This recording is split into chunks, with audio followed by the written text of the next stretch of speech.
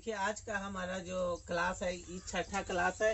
5 class पिछले video में हम 5 क्लास बता चुके हैं और आज के सब्जेक्ट तो पता ही है, हिंदी ग्रामर है और आज का टॉपिक है कारक।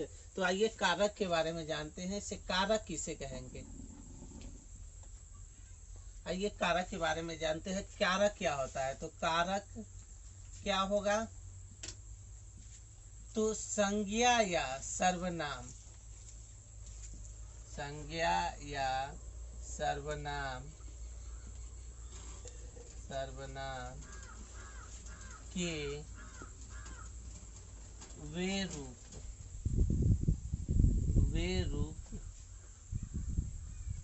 जिनका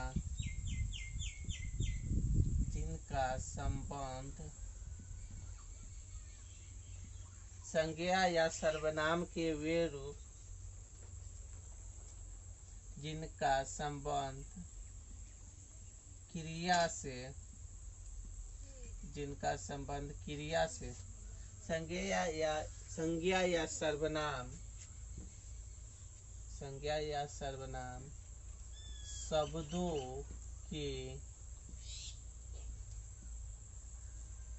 वे रूप,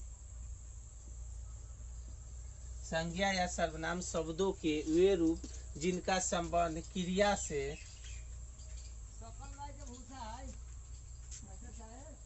क्रिया से होता है,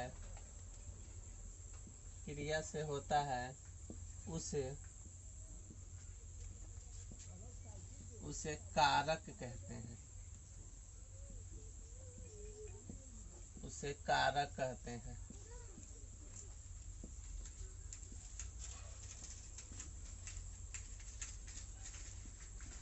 जैसे देखिए पुलिस ने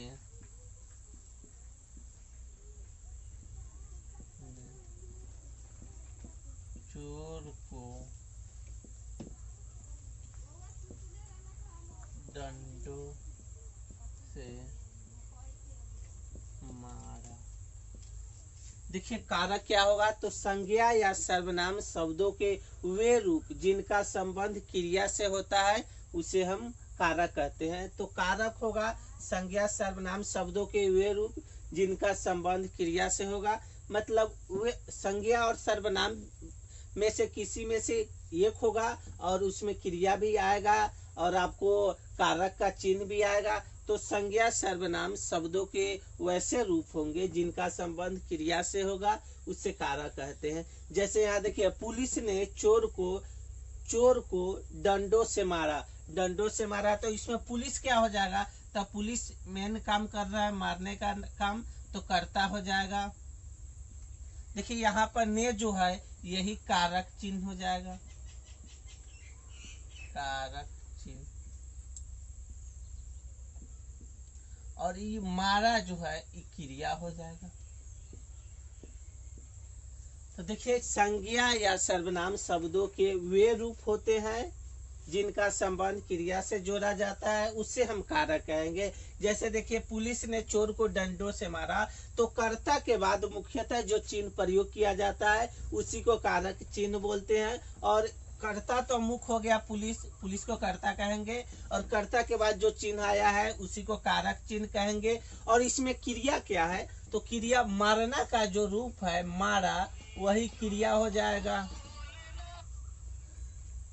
देखिए पुलिस ने चोर को डंडों से मारा, तो यहाँ पे देखिए यहाँ पे पुलिस ने चोर को डंडों से मारा, तो पुलिस जो है मुख्य कार्य कर रहा है चोर को पीटने का काम, और कर्ता के बाद जिस चिन्ह का हम प्रयोग करेंगे उसी को कारक चिन्ह कहेंगे। और यहाँ पे मारा जो मारना का ही रूप है, मारा जो क्रिया के लिए प्रयोग किया जा रहा है।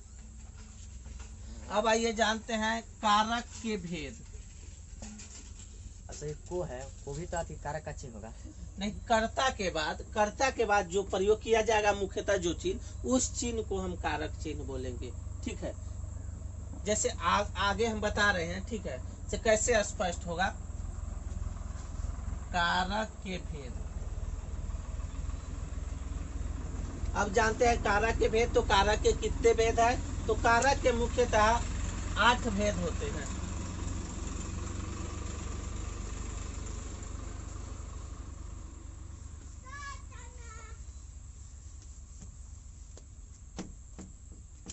अब जानते हैं कारक के भेद के बारे में। कारक के भेद, कारक के भेद। अब देखिए कारक के कितने भेद होंगे, तो कारक के मुख्यतः 8 भेद होते हैं। कारक के मुख्यतः, कारक के मुख्यतः 8 भेद होते हैं। देखिए कारक के भेद कितने होंगे, तो कारक के मुख्यतः 8 भेद होते हैं। तो आइए जानते हैं 8 भेद कौन कौन से हैं। तो पहला भेद है कर्ता कारक, कर्ता कारक। दूसरा कर्म कारक, कर्म कारक। 3 में करण कारक, करण कारक। 4 में संप्रदान कारक, संप्रदान कारक। 5 में अपादान कारक,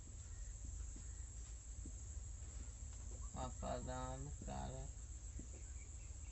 6 में देखिए 6 में है संबंध कारक, संबंध कारक। 7 में, 7 में है अधिकरण कारक, अधिकरण कारक। 8 में संबोधन, संबोधन कारक। देखिए कारक के भेद के बारे में जान लीजिए। तो कारक के मुख्यतः 8 भेद होते हैं। कारक को 8 भागों में बांटा गया है। तो 8 भाग क्या है उसके बारे में पढ़ेंगे। तो कारक के जान लीजिए मुख्यतः 8 भेद होते हैं। पहला कारक है कर्ता कारक। दूसरा कारक जो होता है उसको कहते हैं कर्म कारक। तीसरा जो कारक है करण कारक। चौथा कारक है संप्रदान कारक। 5वां कारक है आपादान कारक। 6ठा कारक है संबंध कारक। 7वां कारक है अधिकरण कारक। और 8वां कारक है संबोधन कारक।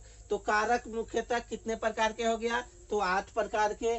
तो पहला देखिए कर्ता कारक, दूसरा कर्म कारक, करण कारक, संप्रदान कारक, आपादान कारक, संबंध कारक, अधिकरण कारक और संबोधन कारक। तो यही कारक के 8 भेद है। कारक के 8 भेद कर्ता कारक, कर्म कारक, करण कारक, संप्रदान कारक, आपादान कारक, संबंध कारक, अधिकरण कारक और संबोधन कारक। अब जानेंगे कारक की विभक्ति के बारे में। कारक की विभक्ति यानी कारक के चिन्ह। किस कारक के क्या चिन्ह है, कर्ता कारक के क्या चिन्ह होगा, कर्म कारक के क्या चिन्ह होगा, करण कारक का क्या चिन्ह होगा। तो आइए अब कारक की विभक्ति या एवं चिन्ह के बारे में जानते हैं।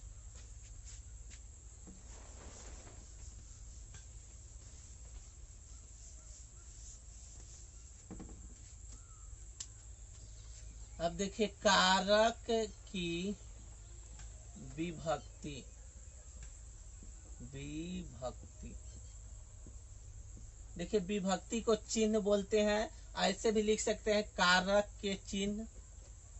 देखिए कारक के चिन्ह, कारक के चिन्ह। तो कारक 8 प्रकार के हैं। 8 के चिन्ह के बारे में जानेंगे। तो पहला कारक है कर्ता कारक, कर्ता कारक। देखिए कारक एक साइड में कारक लिखेंगे, दूसरे साइड में चिन्ह। देखिए पहला कारक है कर्ता कारक, कर्ता कारक, कर्ता कारक। तो कर्ता कारक का चिन्ह क्या होगा, तो ने, कर्ता ने। दूसरा कर्म कारक, कर्म कारक। तो कर्म कारक का चिन्ह है कर्म को, कर्ता ने कर्म को, तीसरा करण कारक, करण से, कर्ता ने कर्म को करण से। अब 4 में है आपादान, आपादान 4 में संप्रदान कारक, संप्रदान कारक, संप्रदान कारक का होगा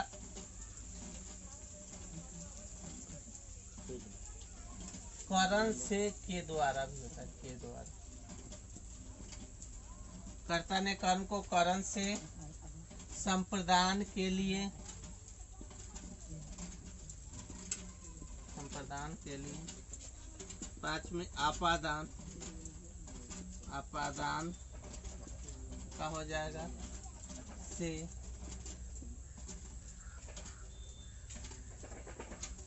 6 में संबंध, संबंध कारक का,